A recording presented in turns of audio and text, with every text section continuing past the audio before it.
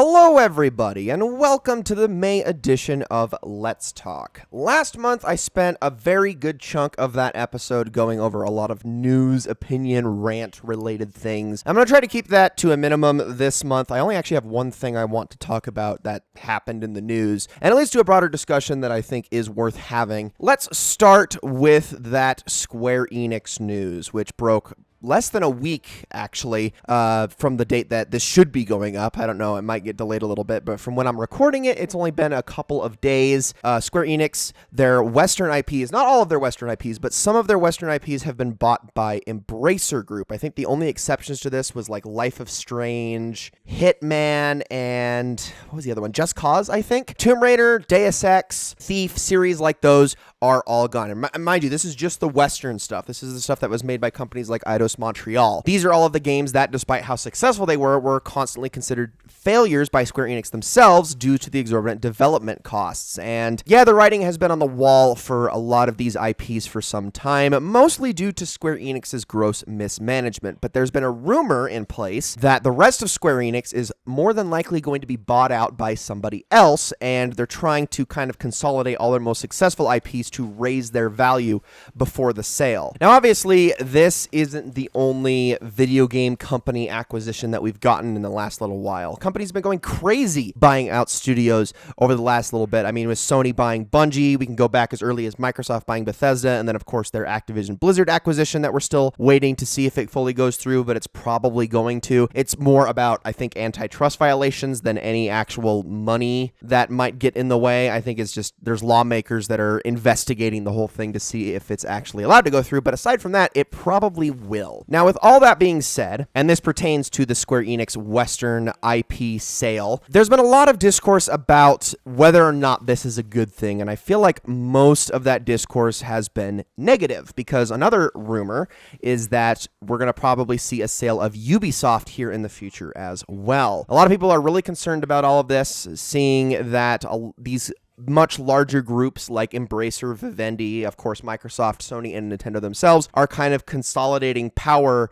for, well, what is essentially the beginning of what we might see as the acquisition wars. And a lot of people are concerned about this, mostly due to antitrust reasons, seeing these companies hoarding studios like it's a monopoly of some sort. Now, I kind of find it funny that people are so upset and disturbed by what they're seeing, because yes, in a bubble, this does appear to be a bad thing. In almost any other corporate space, the less competition there is, the worse things get. And even in the video game industry, that can be a bad thing, especially when it comes to certain types of games competing with one another. I mean, look at what Call of Duty, the behemoth, the absolute monstrosity that game has become, due to the fact that Battlefield can't keep up with it, and aside from Battlefield, there's really no competition for that series. Look at the FIFA series. I mean, EA, for the longest time, had exclusive rights to FIFA and its property, and again, look at the destructive monstrosity that series has become with its Ultimate Team. You can see this all across the game industry, but when it comes to the actual studios themselves, I honestly don't see an issue in regards to these sales, especially when it comes to third-party publishers,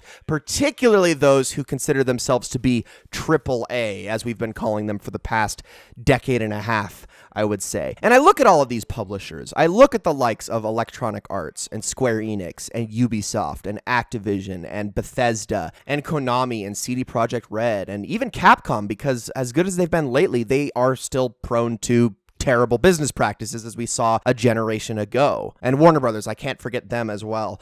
All of these AAA publishers are in so many ways completely rotten. The advent of the big AAA third-party studio didn't really start until just before the beginning of the Xbox 360, PlayStation 3, and Nintendo Wii generation. They were definitely around well before that. In fact, Electronic Arts games, Bethesda games, those date back all the way to the NES era. It's not like they're new to games, but their massive corporate mentality isn't nearly as old. It kind of all sprang up, I would say, around the early 90s in concept, concept, but it really took off in the mid-2000s. It wasn't so bad during the days of the PlayStation 2, the Xbox, and the GameCube because mid-tier games still thrived. First-party games were still the most important games that sold on those systems. Yes, third parties had an audience, but they weren't the end-all, be-all game industry juggernauts that they became a generation later. And I look at these studios and I look at the people that run them. I look at the people on the boards. I look at the people who are behind the business decisions that these companies make. I look at the way that they took advantage of the advent of social online experiences in video games. I look at the way that they catapulted the video game industry into the most profitable entertainment industry in the world, even beating out the music industry and Hollywood. I look at these people and I go, man, I cannot wait to see them all gone. I cannot wait for this mentality, for these sorts of people to just die off. And they won't, of course. They obviously won't. But at the very least, when we see these sorts of buyouts, when we see these changeovers, we're at least going to get fresh new faces. Look at the acquisition of Bethesda, for instance. Don't get me wrong. Bethesda is not the worst. They are nowhere near an Activision or an Electronic Arts or a Ubisoft, those big three that have been so notorious for so long. They're not as bad as them, but they are still prone to some pretty bad stuff, particularly through their parent company, ZeniMax, who was known for all sorts of ludicrous bullcrap that kind of got swept under the rug for a very long time because Bethesda was one of the golden children. Do you remember all the way back in 2012 when Bethesda decided to sue a mobile developer for having the word scrolls in their game? Yeah, did you ever hear about that? That actually happened because Bethesda decided that Elder Scrolls, being as big as it was, had the right to the word scrolls, period. ZeniMax was known for that kind of stuff, but they got away for it for a long time until Fallout 76 happened and suddenly it wasn't okay. I guess you could also make the argument that the Creation Club and the whole paid mods debacle with Steam was a little bit of an earlier controversy that people actually gave a crap about, but Fallout 76 was really the moment where their fortunes turned. Of course, then Microsoft was able to get a hold of them, and now for the most part, ZeniMax as an entity doesn't really exist as far as Bethesda is concerned because it doesn't need to now. Now it's just Bethesda, the game maker, the name brand, and the developer that's behind all of it, these beloved games that people care about so much, like Wolfenstein and Doom and Elder Scrolls and Fallout. And I'm not about to tell you that Bethesda doesn't have a lot of bad apples within the development sector itself. I mean, cheeky scamp as he might be to some people, Todd Howard is definitely quite the notorious bullshitter. Let's not kid ourselves. And he is still with the company. I'm not saying that's necessarily a bad thing. He's still a very talented man with a great vision, but I'm not also about to say that Bethesda in and of itself is perfect once you take the publisher aspect out. Of course it's not. But publishers themselves are leeches. They are specifically designed to exploit, not just empower and embolden these games that we love so much. They are only there to exploit to the nth degree as much money as possible out of their consumers because they only answer to shareholders. They only care about the directors. They only care about the board meetings and the people who actually have money and stake in the company. They don't give a crap about us. We are essentially cattle to them. And the more of these acquisitions that I see go down, the more rumors of acquisitions that I see take place, the more I just think it's at worst a side grade. At the very least, we're getting a fresh new awful face as opposed to the same awful faces that we've been dealing with for years. I will take any other greedy scumbag over Bobby Kotick at this point. That's how bad it's gotten. I know you could make these arguments, you could make these straw mans that it technically could get worse, but I don't see how it can. At least not from, again, remember, we're talking about video games here. This isn't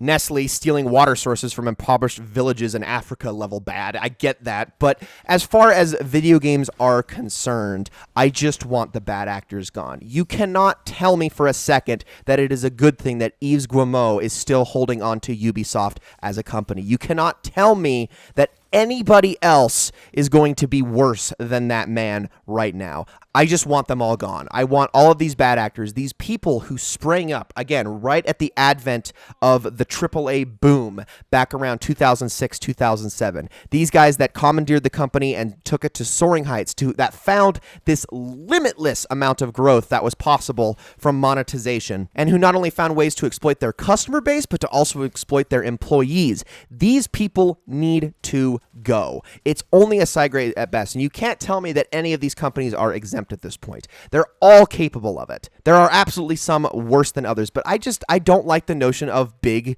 massive AAA third-party companies anymore. I don't like it. There was a beautiful time back during the 90s and the early 2000s, and especially during the 80s, where third-party developers and publishers were just kind of there. The system sellers, the juggernauts, the most famous game releases were down to the first parties and the second parties, particularly the first parties early on. It really wasn't until the mid-late 90s that second and third parties began to gain a foothold. The biggest and best Nintendo games were made by Nintendo. The biggest and best Sega games were made by Sega. The biggest and best Sony games were mostly made by Sony, but then there was some Square Enix and Capcom stuff in there as well.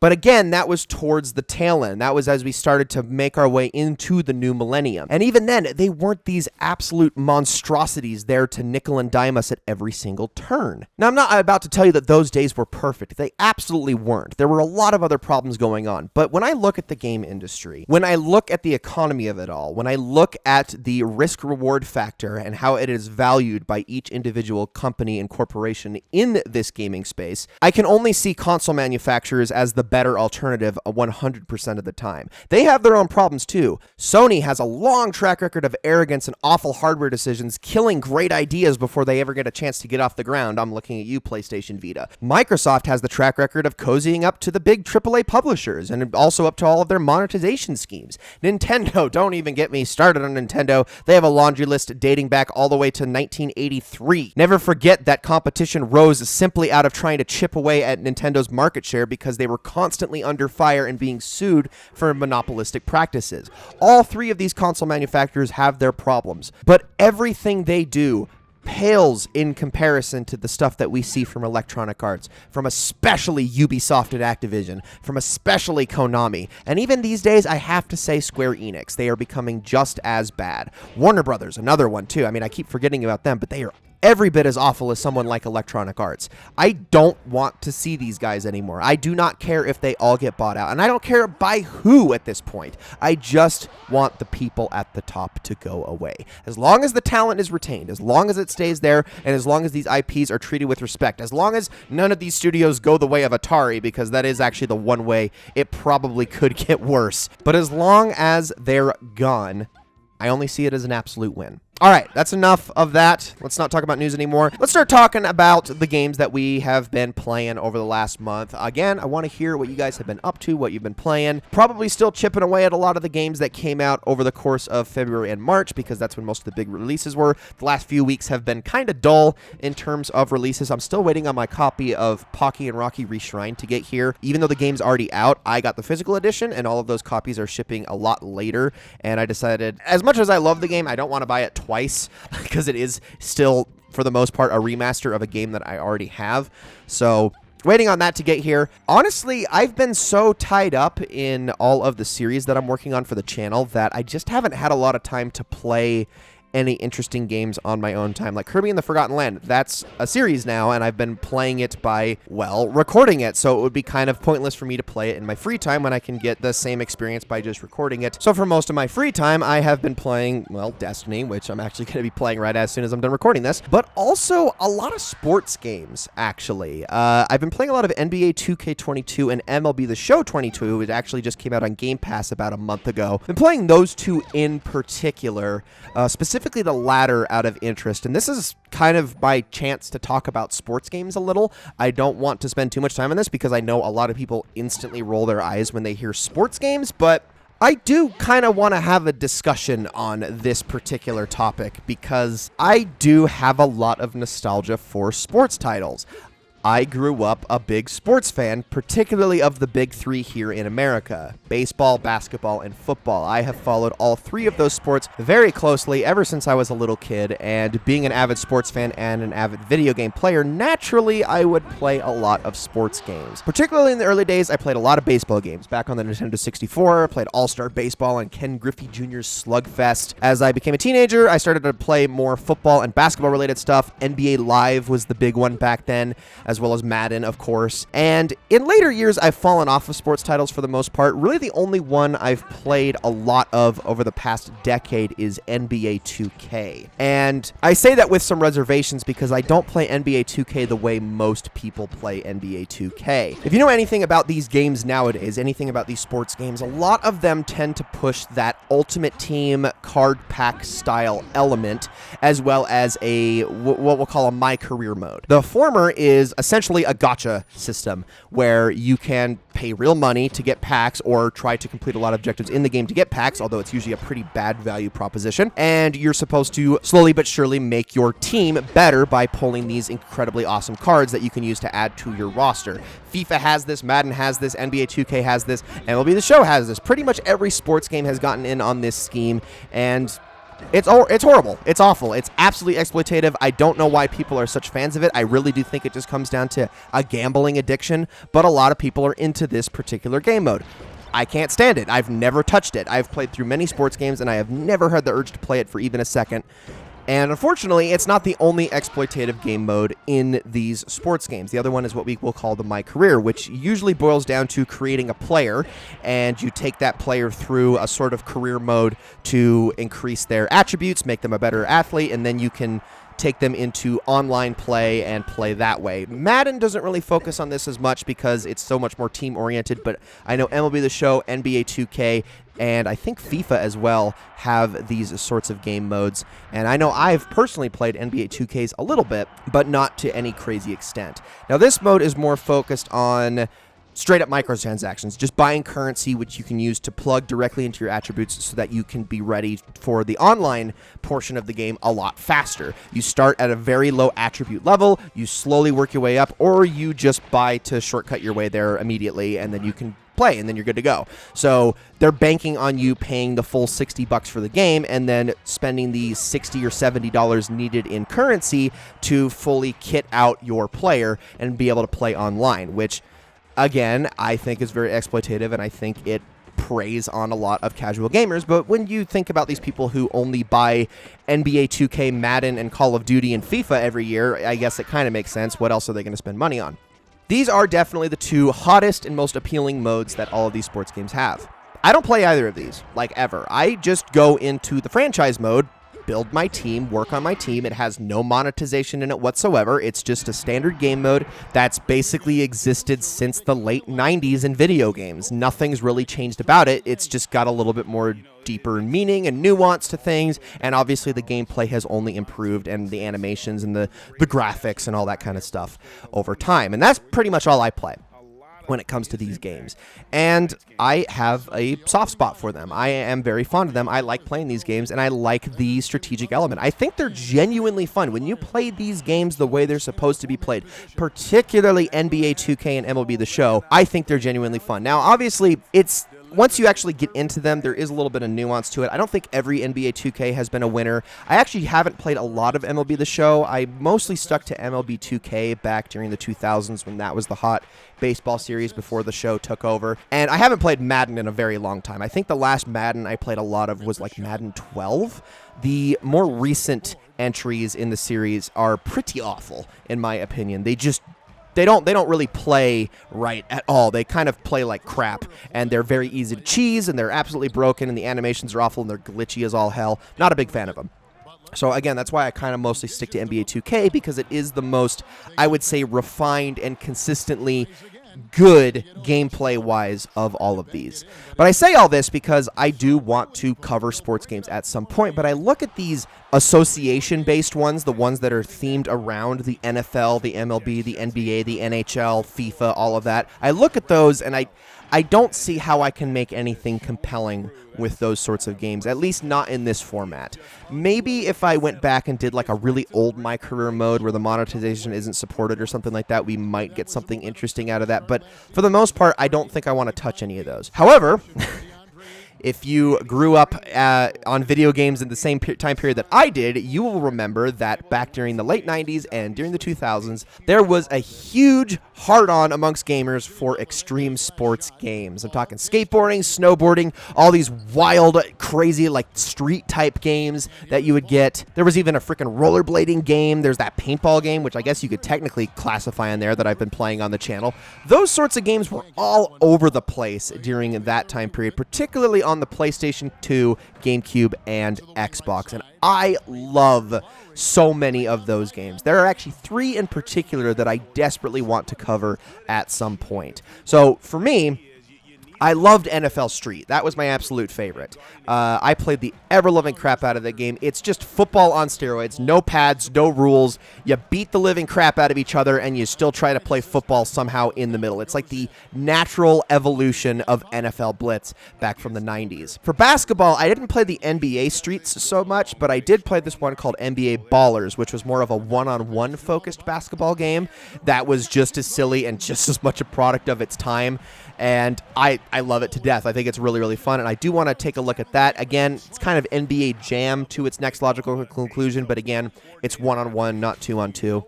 And then the last one I want to look at is something in the SSX series. If you remember those, they were snowboarding games. SSX Tricky for the GameCube was my absolute favorite of those. But SSX on Tour and 3, I played those ones quite a bit as well, not so much the rest of the series.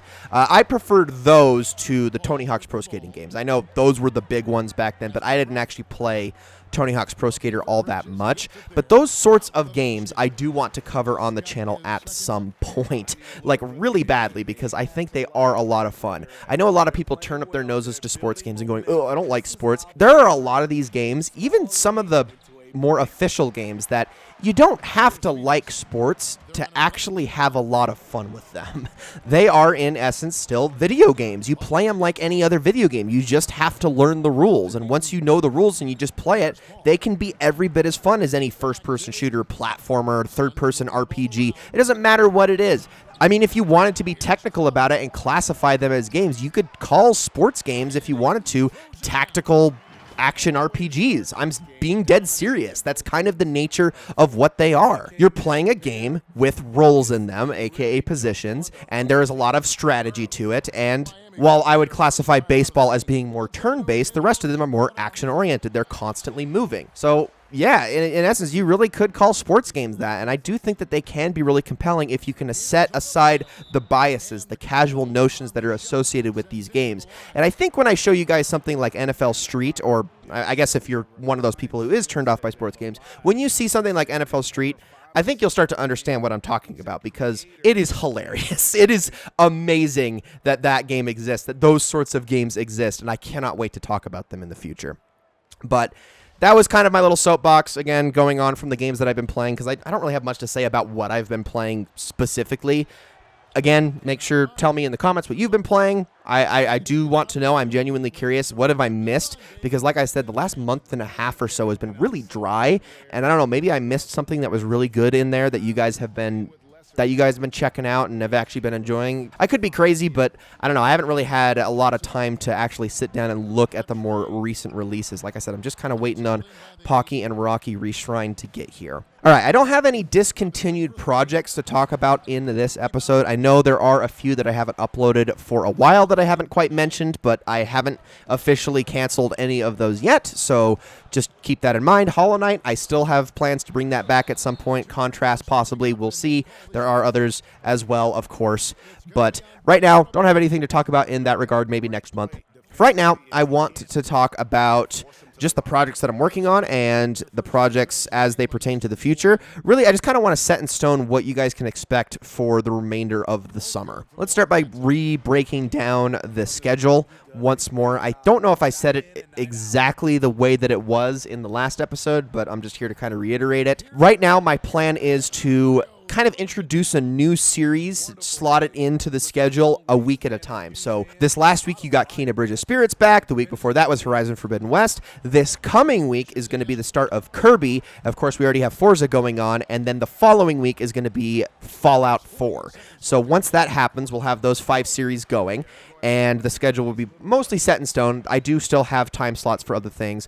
Now, just in case people aren't aware, I've always had the same upload schedule whenever I possibly can. Sometimes I will upload videos at 2 p.m. Eastern time, but that is very, very rare. More often than not, I only upload at 2 specific times. The main one is 4 p.m. Eastern time, 1 p.m. Pacific time. That is always my usual upload time. The reason I do that for the most part is just because I notice a lot of YouTubers tend to upload either around the time when people are getting off of work or early on in the day before people are getting to work. And usually in the period between that, there aren't a lot of uploads that go up, except for around noon Eastern time. I feel like that's kind of the sweet spot in the middle there. So I try to avoid all of those sweet spots so that it doesn't get lost in the mix with a lot of people's other uploads, and that's why I have picked those times. I know it's not like the best time of day, but it at least pops up on people's subscription feed so that they can see it for later. So that's why I do that. But the second upload time in a day, whenever I'm doing 2 uploads a day, is usually 9 p.m. Eastern time. So right before bed, 9 p.m. Eastern time, 6 p.m. Pacific time. Again, same philosophy. I just try to kind of keep it out of the way of most YouTube channels' normal upload times. So keep that in mind as we go through all of these. The first one I name will be at that first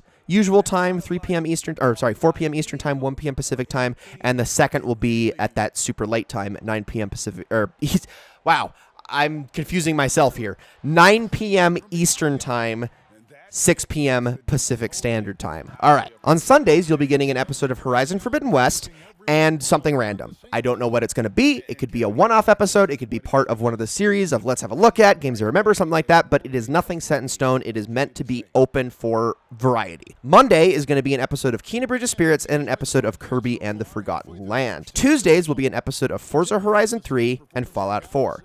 Wednesday, back to the same as Sunday, it'll be an episode of Horizon Forbidden West and something random again. Thursday, Kena and Kirby. Friday is the odd one out. We'll talk about that in a second. But Saturday is back to Forza Horizon 3 and Fallout 4.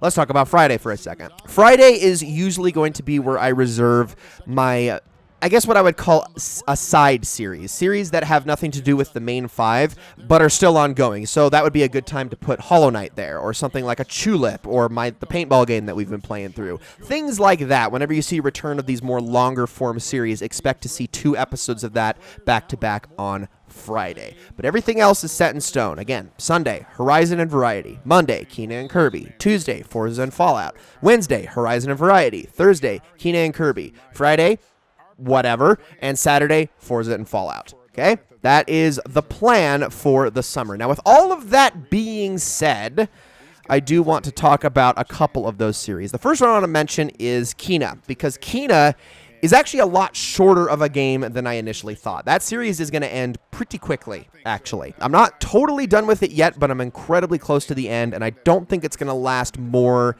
than, I would say, around 20 episodes in total is where I'm expecting to finish that series. I did not think that game was going to be so short. I honestly thought I was at the 30% mark going into episode 10 or so, but no, that's more like the 60% mark. I was very shocked to learn. So that game does not actually have a whole lot going on. So what's going to replace Kena, and this is just kind of a heads up. I don't want to spoil anything. I don't want to say outright what the series is, but I've been thinking about it a lot, and with all of these series going on, with all of the different content that I'm trying to get going on the channel, it's occurred to me that while I've never wanted to be a Pokemon-focused YouTuber, I do like Pokemon a lot, and I want to cover a lot of Pokemon.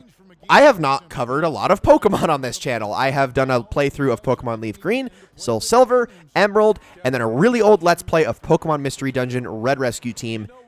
That's it. There are a lot of Pokemon games to go around, and Pokemon is a comfort zone for me. It is a very easy area to go back to, and I do enjoy Pokemon greatly, and I know that a lot of people enjoy my Pokemon content greatly. So I would like to, once Kena is done, replace that with a Pokemon series. I'm not going to say what it is. It's probably not going to be Let's Play in nature. It's not going to be Pokemon Black or White, Pokemon Pearl, Diamond, Platinum, whatever. It's not going to be anything like that, but it is going to be something Pokemon in nature. I know I've had a lot of people ask me about when I'm going to start my next Pokemon series. I know Pokemon Emerald has been doing very well lately, and I have a lot of people interested in seeing more Pokemon. So the plan is to have a Pokemon series going before the end of the summer. I promise you it's going to happen. Now, that being said, I have been working on for the last year a Pokemon White Let's Play, but here's the problem. I'm about 60 episodes into that sucker, which you might say, wow, you're almost done, and I am. Except I don't think I can salvage it. I don't think I can salvage those 60 episodes. The way that those were recorded is unfortunately not working anymore, and I only found this out because a good chunk of the last dozen or so episodes are heavily corrupted footage. Footage that I can't get back. And essentially that means that that entire Let's Play is screwed. I spent about a month and a half putting that Let's Play together back during the end of 2021 while Ghost of Tsushima was going on. And I was hoping to actually have it started much earlier on this year. But due to that setback, I think I might need to start that Let's Play all over again. And I don't think I can do it in the way that I was planning to. Which kind of leads me into the next topic that I wanted to talk about, and that is a change in my recording setup. I think the only way that I'm going to be able to record that Pokemon Let's Play is through emulating it now, but again, I would still have to start over. Now, the way I'm going to have to emulate that is also a bit strange, and again, this also leads into what's been going on with Fallout, because this has been a problem as well. So let's take a break on Pokemon for a second. Fallout 4. I have been trying to get a playthrough of this game started for a little while, because when I did my initial Let's Play of Fallout 4, and I've kind of already explained this, but I want to just explain it again, I kind of hurried through the main portion of the game, the main story. I spent about 60 episodes going through the Let's Play, which you might think, wow, that's actually quite a lot, but I didn't really know what the heck I was doing, so I mostly fumbled through it all the way up to the conclusion, and then at that point I was just like, oh, I guess that's Fallout 4. I then took a major break from the game, actually played it on my own time, suddenly learned what Fallout was all about because that was my first Fallout game, and then I came back to the Let's Play with a new perspective and proceeded from there. We took care of a lot more of the stuff in the main game and then moved on to Far Harbor and came back to the main game, and then we finished with Nuka World. I think we did Automatron in there somewhat too, but for the most part, it was a very singular focused Let's Play. I did exactly one thing, or I guess I focused on exactly one faction each time, and that was it. It was just kind of my own decisions, what I felt was the most rewarding path each time. Not necessarily the best, but the most rewarding, the most lucrative path as we went, which meant that we missed out on a lot of other potential alternate paths. So I want to make these series that are focused on the other paths. I went with the Railroad in the main campaign of the Let's Play, so I want to do a playthrough where we focus on the Brotherhood of Steel, or the Minutemen, or the Institute, you know? And my first one that I'm going to do is going to be about the Brotherhood of Steel, but the problem is that recording Fallout 4 has been a bitch. I initially tried to go back to the Xbox version, which is what I did the whole Let's Play on, and it doesn't work. It doesn't work because every single time you go into the downtown Boston area, there is a game-breaking glitch that crashes the game. For some reason, whenever you go into the main downtown part of Boston in Fallout 4, the frame rate drops significantly, usually down to around 20 or 15 frames a second. Now, most versions of the game can handle this. In fact, even the Xbox version, for a long time, handled this pretty well. It didn't outright crash, at least, but yes, there were frame rate drops. My Xbox is on its deathbed. It's struggling these days. It's not doing its best anymore. It does need replacing. I'm hoping to get a Series X sometime this summer to alleviate it from its pain, but it's not doing so hot these days anymore. So now it just outright crashes. It can't handle going into that area anymore, which sucks because the Xbox version actually has access to mods. So the alternative, go to PlayStation, which doesn't have mod support. And that really screwed me over because I recorded about a dozen episodes on PlayStation, and I ran into game-breaking and quest-breaking bugs that prevented me from proceeding further, which meant that those episodes were unsalvageable, and that file was unsalvageable, and I couldn't show some crucial moments from the Brotherhood of Steel questline. So I had to go back to square one. I'm like, okay, what am I going to do here? I do have a gaming PC, okay? It's not a super great gaming PC. It has an NVIDIA GTX 1050 Ti, which at this point is, by all intents and purposes, ancient. It's not so bad that it can't handle most games that came out during the PS4, Xbox One console generation, but brand new modern games, fat chance it's not going to work, except for maybe on the absolute lowest settings. It's just not built for that kind of stuff. And when I try to record those games while also playing them, that doesn't work either. In fact, that's a large part of why this Pokemon White Let's Play was unsalvageable, because it just wasn't working. So I was like, okay, how else am I going to make this work? And I was like, oh, it's a laptop. Duh, just rig it up through the capture card, then pass that through the TV into my recording computer. Genius. And it actually frickin' works. It's so weird. It's this really convoluted setup, but it actually works. And I have full access not to just Bethesda mods, but also to Nexus mods, which is a much larger repository of mods that I can actually have access to and improve the quality of the playthrough. So finally I got it working. Just in time, too. And so far, I've recorded about 15 episodes, and it's going good. But I don't know if my laptop is going to last forever. It is kind of over the hill as well. I've had it for about 5 years now, and I don't know if it's going to last too much longer because gaming laptops don't tend to have the lifespan that a gaming PC does, for example. And I can tell you, my recording PC, it's not for gaming. It's not for gaming at all. It will not run anything, let alone Fallout 4. Anyway, with all of that said, I don't know how this setup would necessarily work for something like Pokemon White, because that would mean having to try to display the game on the laptop and then recording that through an HDMI pass-through through a capture card, and that might look hideous. And if I can't get that to work, I think Pokemon White is just a lost cause at that point. I'm going to have to upgrade my recording PC entirely to something much better than even my gaming laptop and hope that that cuts it instead, because at this point, yeah, I can't make this work by any other means, and I want to keep Let's Playing DS games. I want to Let's Play 3DS games too, dang it. I want to have broader access to the entire Pokemon library, for crying out loud. And there's so many games that I haven't covered yet that I need to get started on those. And so having a constant concurrent Pokemon playthrough running would be a good way of busting through that library and going over all of those games, even though it might take a freaking while to do so. So that's a bunch of tangents I went on, but it all kind of comes together to say that Pokemon White ain't happening for a while. I'm going to try to get a Pokemon playthrough going. Fallout 4 was a pain in the ass to get started, but it is still happening. And then I guess the last thing I just want to talk about is the other series, the Let's Have a Look At's, all that stuff. I was kind of more gung-ho about that in the first few months, and lately I've been doing things here and there, but not a ton. I actually do have a couple of series I'm going to debut that will be only a couple of episodes long here over the next few weeks, but haven't been doing a ton of them. I've been a little bit hesitant as of late, but I am going to hopefully jump into recording some of that stuff here in the near future.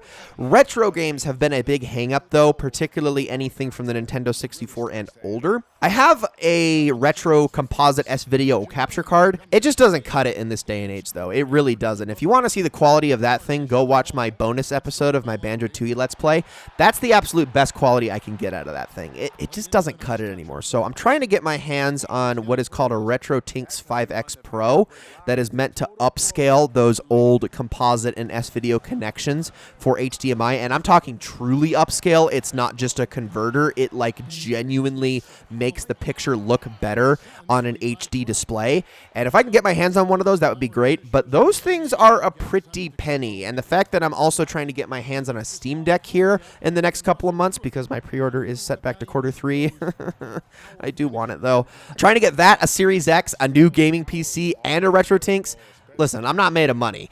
I can only do one thing at a time, but I'm a little hesitant to record retro games until I get my hands on one of those. So as far as those series are concerned, mostly just expect stuff from the PlayStation 5, 4, 3, 2, GameCube, Wii, basically nothing older than the PS2, GameCube, and Xbox at this point. That's kind of what I'm stuck on these days, because those are the only things I can actually make look good, on an HD display. All right, I think that's enough for this episode. It went just a little bit longer than I was hoping, but 40 minutes, it's still, I guess, kind of one of the shorter ones. Thank you all so very much for watching. I hope you all enjoyed this episode very, very much, and I will see you all in the next one.